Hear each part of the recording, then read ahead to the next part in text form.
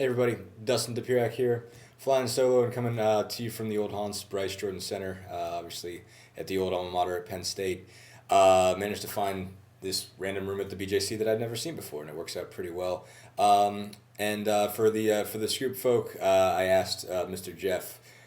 He had the opportunity to come down, but or hang out, but he would have had to hang out for another like hour and a half or whatever, and miss most of the national championship game. So he opted to head out, but he says hi to everybody. Indiana wins 74-51 in a game that was mostly ugly, especially in the second half. It was downright really hideous in the second half. But still, it's a road win for IU, and it worked.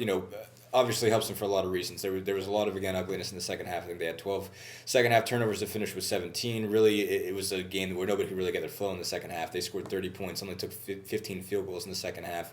Lots of fouls in that one. But early on, offensively, they were able to get it going, scored 44 points in the first. Offensively, both Jordan Hulls and Christian Watford got going, which I think means a lot for these guys. Hulls obviously was coming off the 0 for 10 effort.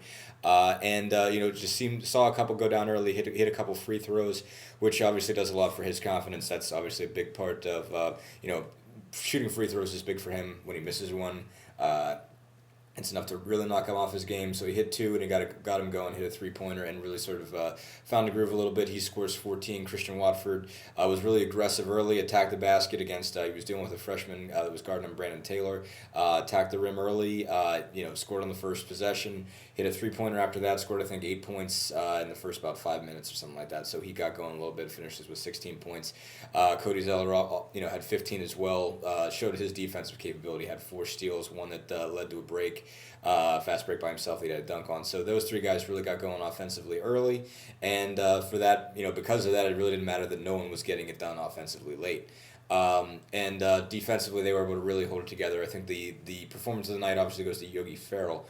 Ordinarily, Indiana obviously likes to put their Victor Oladipo on the other team's best offensive player.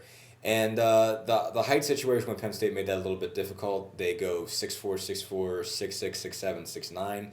So if they were to have put Oladipo on the point guard and DJ Newble, they would have had to move Farrell or Hulls. One of those guys would have had to play either Ross Travis or Brandon Taylor. That was going to be the thing that they would have to draw. Obviously, Zeller was on Sasa Baravanjak, I think it is. So somebody was going to have to deal with an even bigger height advantage than they were already going to.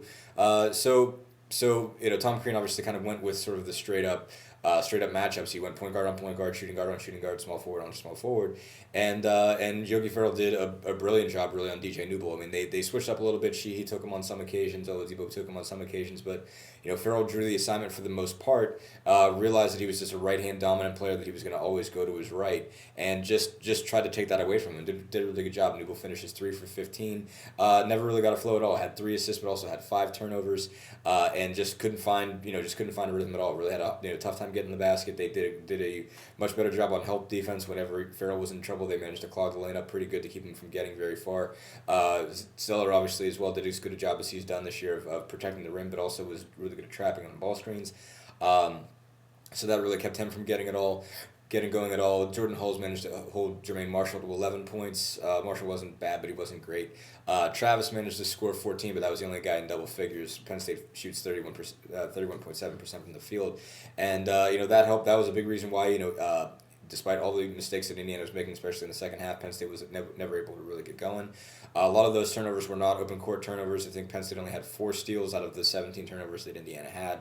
A lot of cases were just sort of unforced errors and just making the wrong pass and just throwing the ball out of bounds.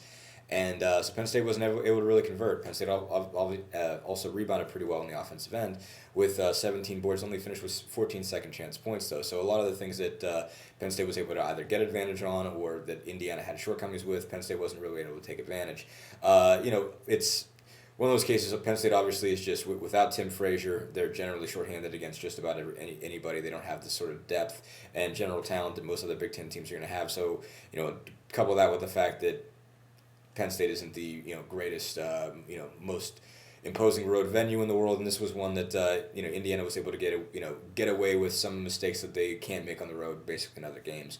But we're still able to pull it off, and this is the first time they've won back-to-back Big Ten road games since 2008. Believe it or not, I think they were able to win a couple last year, but they weren't able to string them together. to win a couple in a row. Anytime they won one, they lost the next one.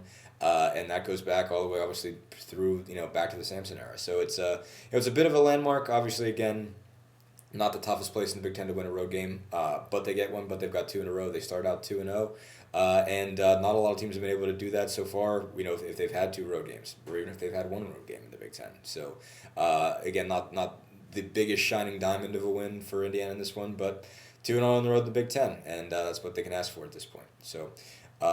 And that's all I got, because I usually can't talk when I only have myself here. So anyway, thanks everybody. Appreciate it as always. See you guys from Minnesota on Saturday.